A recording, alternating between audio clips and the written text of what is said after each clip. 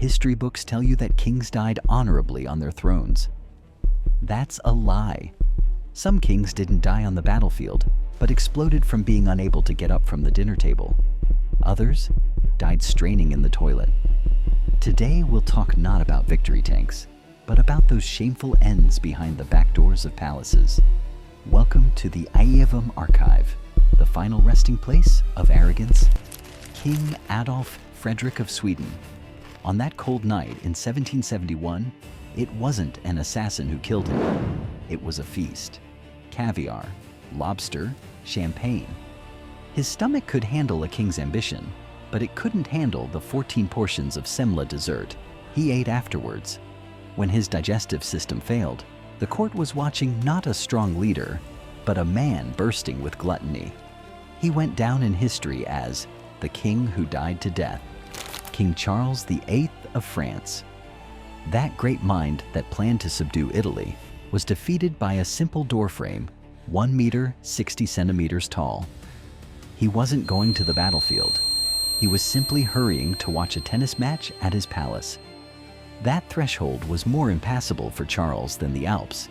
The brain that ruled an empire shattered against a stone arch. Sometimes fate kills you, not like a hero, but like a careless pedestrian.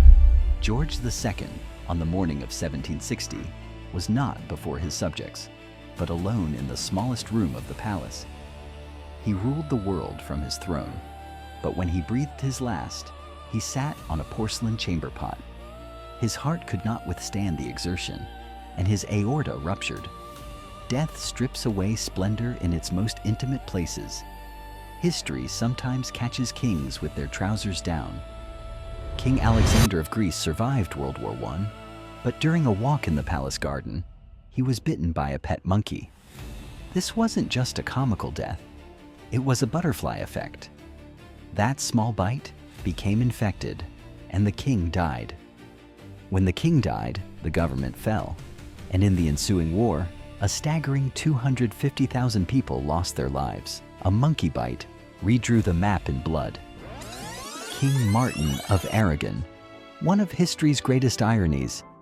He wasn't killed by a sword blow or a poisoned cup. What killed him was a joke. After eating an entire goose by himself, he laughed so hard at a simple silly joke told by the court jester, he couldn't stop. Hours of laughter, combined with indigestion, caused his heart to fail. As he breathed his last on his royal bed, there was not pain on his face, but a frozen, grotesque grin. Sometimes the universe's sense of humor is far darker than that of kings. Tycho Brahe, the greatest astronomer of his time, he mapped the positions of thousands of stars in the sky. But that night in Prague, he couldn't control his own bladder. At the emperor's reception, he considered it disrespectful to get up from the table to go to the toilet. Because of those cursed rules of etiquette, he writhed in agony for hours. The result? A ruptured bladder, 11 days of terrible delirium, and death. His tombstone should have read, "He lived like a sage, but died like a fool." Politeness is sometimes the deadliest poison. As you can see, death has no hierarchy. The weight of the crown does not protect you from the cold of the earth. If you want to hear the muddy truths of history, not its polished lies, join the archive, subscribe. Because in the next file, we will examine the fall of a greater empire. Aevum Archive is closing.